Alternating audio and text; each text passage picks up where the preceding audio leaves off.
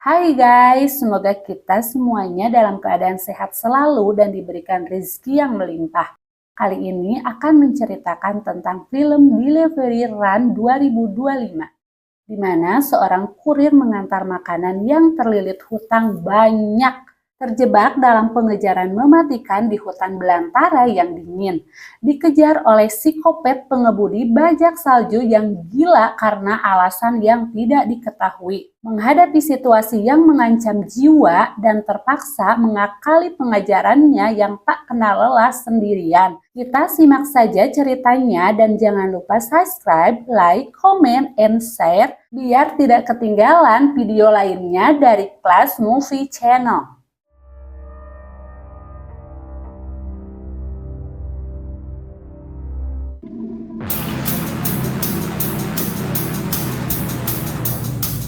Cerita dimulai di sebuah kota kecil bernama Niswa. Terlihat ada sebuah mobil berjalan di jalan yang terlihat sepi. Seorang sopir yang bernama Jack tiba-tiba kecelakaan. Dikira kecelakaan biasa, ternyata ditabrak oleh mobil truk bajak salju. Yang tiba-tiba muncul, akhirnya Jack meninggal di tempat.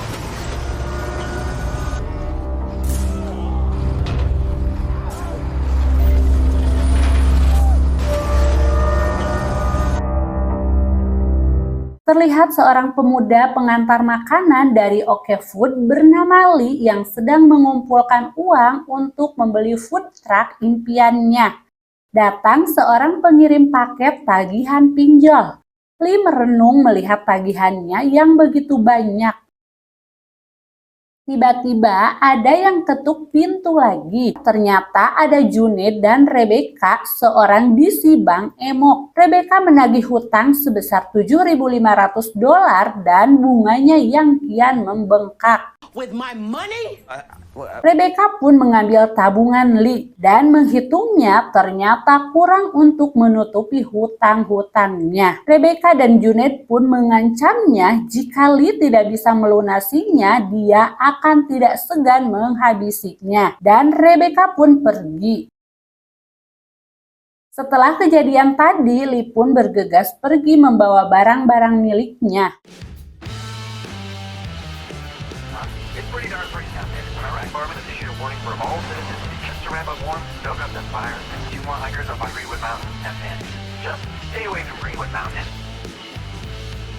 Dan menggadaikan barangnya di tempat pegadaian langganannya. Tiba-tiba HP berdering, tanda orderan cilok goang dan boba masuk. Lee pun pergi ke kedai Simple untuk mengambil pesanannya. Setelah tiba, Lee pun langsung mengambil cilok dan boba dan langsung tancap gas. Ketika di perjalanan, ternyata ada truk yang menghadang jalannya. Lee pun menyusulnya dan sampailah di tempat yang dituju.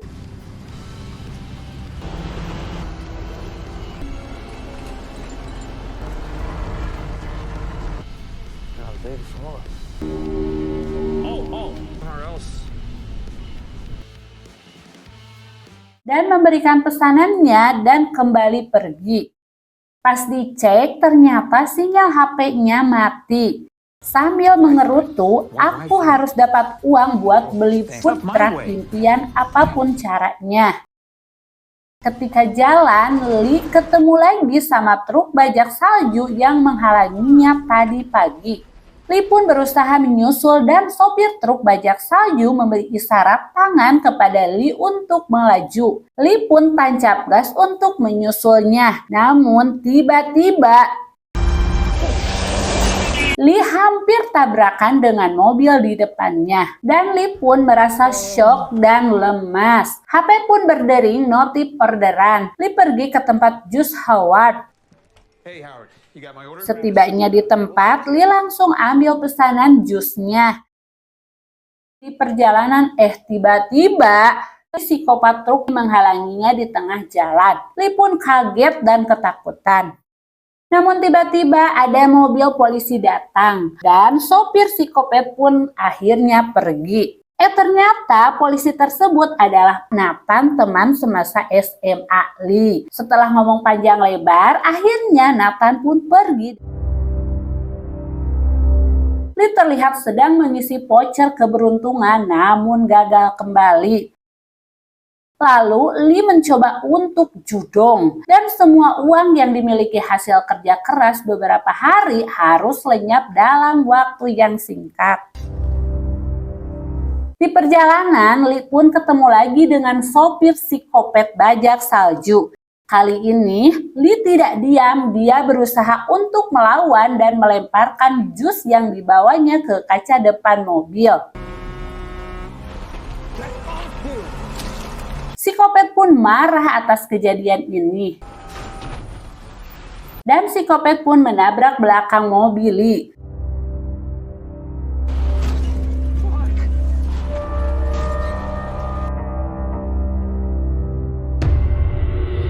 Lee pun panik, langsung tancap gas. Setelah sampai di tempat ngopi, Lee merenung. Datanglah si Nathan membicarakan seorang pendaki yang hilang dan belum ditemukan sampai saat ini. I was in a rush. Dead man's curve. Lee mengadukan pada Nathan bahwa dirinya mengalami percobaan pembunuhan dan menceritakan kejadiannya. Ada sebuah truk bajak salju yang mencoba menyerempetnya. Si Nathan bertanya apakah di sini ada ciri-cirinya dan si Nathan meminta nomor polisi truk tersebut. Namun sayangnya Lee tidak melihat nomor polisinya. Si Nathan pun bilang kalau kau melihatnya tinggal hubungi 911. 911. Ketika sedang menghulung di mobil, tiba-tiba ada notif orderan mie goreng dan kue tiaw. Lee pun langsung bergegas ke restoran Chinese food. Pesanan pun jadi dan Lee pun mengambilnya. Lee bertanya, ini pesanan ke atas Gunung Greenwood ya? Ketika Lee beres-beres barang di bagasi, tiba-tiba ada si Otong bertanya, kamu akan naik ke gunung itu? Kamu pernah dengar ada insiden di gunung itu? 9 orang Rusia yang mendaki, mereka semua meninggoy dalam keadaan misterius. Si Otong memperingatkan Lee agar berhati-hati. Lee tidak memperdulikan lalu pergi begitu saja.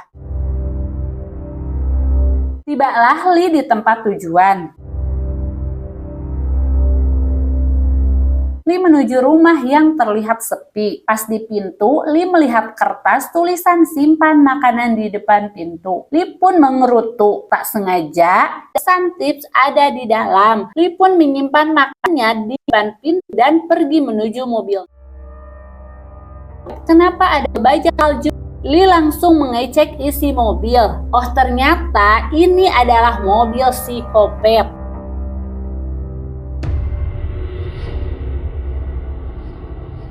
Lee membuka amplop, ternyata uang di dalamnya kurang. Lee sambil marah-marah kembali ke rumah tersebut untuk meminta lebih. Setibanya di dalam rumah, Lee berteriak, "Ada orang di sini?" Hello? And you owe me some money for the damage. Dan melihat-lihat, ternyata ada sebuah dompet. Lee pun mengambil uangnya dan SIM psikopat.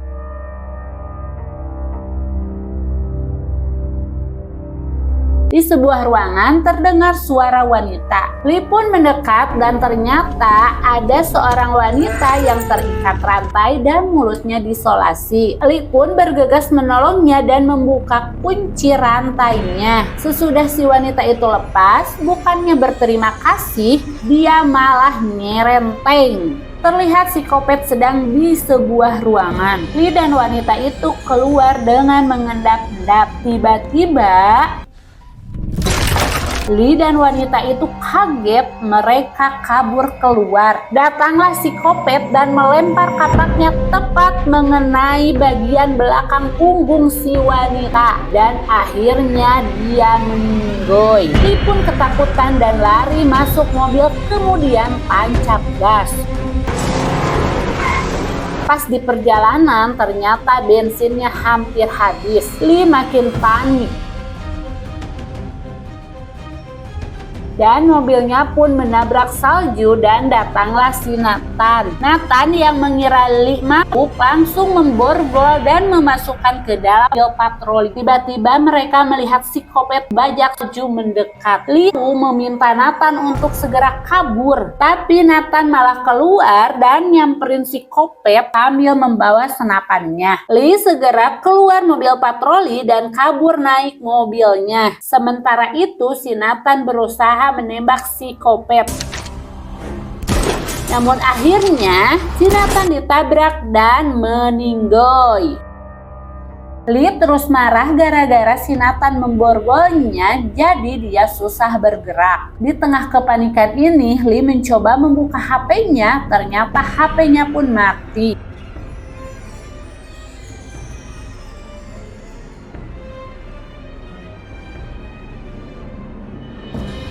Keep that away from my pump.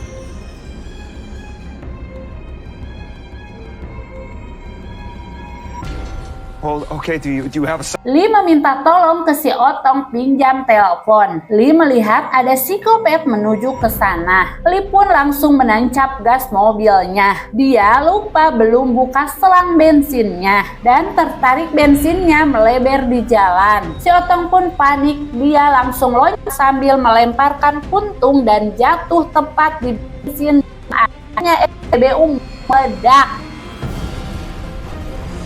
Ketegangan ini ada banyak orderan. Pas dilihat ternyata orderan dari psikopat siap. Lee semakin tegang. Lee nekat mau menabrakkan mobilnya ke mobil truk bajak laut psikopat.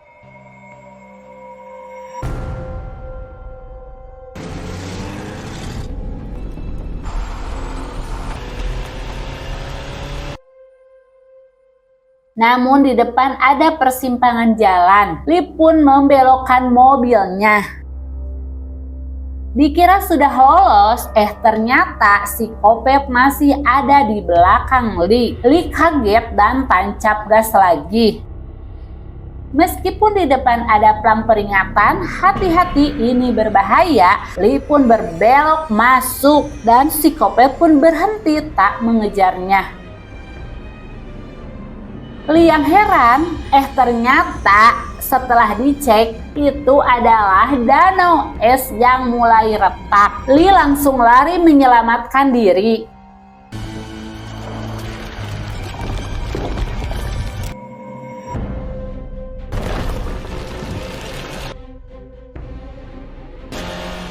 Dan Lee pun marah ke psikopat sialan. Psikopat langsung pergi. Tiba-tiba, duar!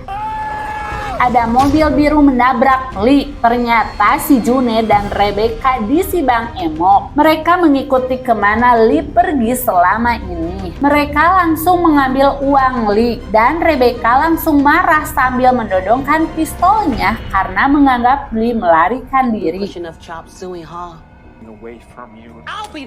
Tiba-tiba ada si tukang pizza menyimpan pesanannya dan Rebecca menyuruh si tukang pizza pergi.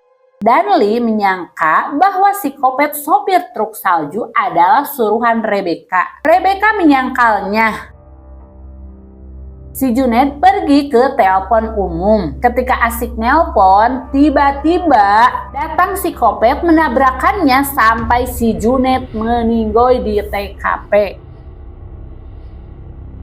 Karena ada sesuatu yang terdengar aneh, Rebecca langsung mengecek ke dapur. Dan tiba-tiba psikopat pun menghujamkan kapaknya kepada Rebecca.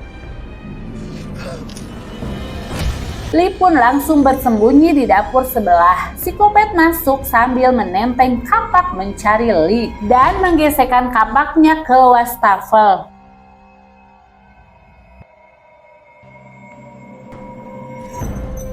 Lee berusaha pindah tempat, ternyata ada cangkir stainless yang tersangkut dan berbunyi. Psikopat pun langsung curiga dan menghampiri Lee. Lee langsung menyemprotkan pemadam ke psikopat.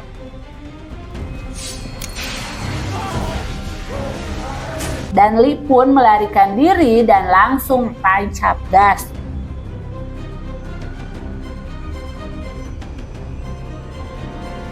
Dalam situasi tegang ini, Lee dikagetkan ada plang jalan ditutup.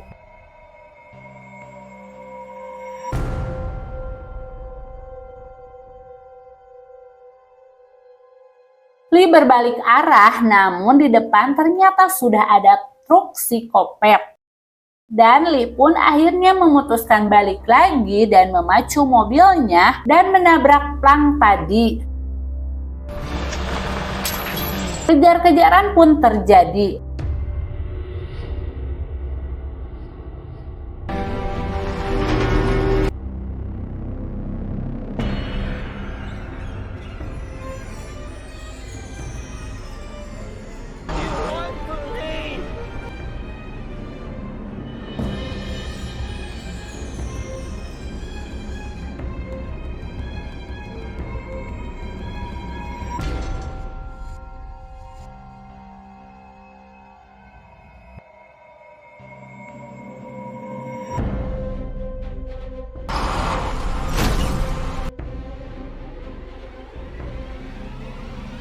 Setelah beberapa meter menuju jurang, Lee langsung loncat keluar mobil.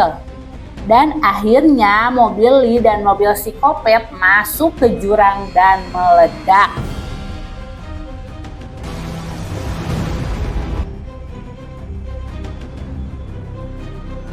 Lee pun selamat dan mengambil salib antik.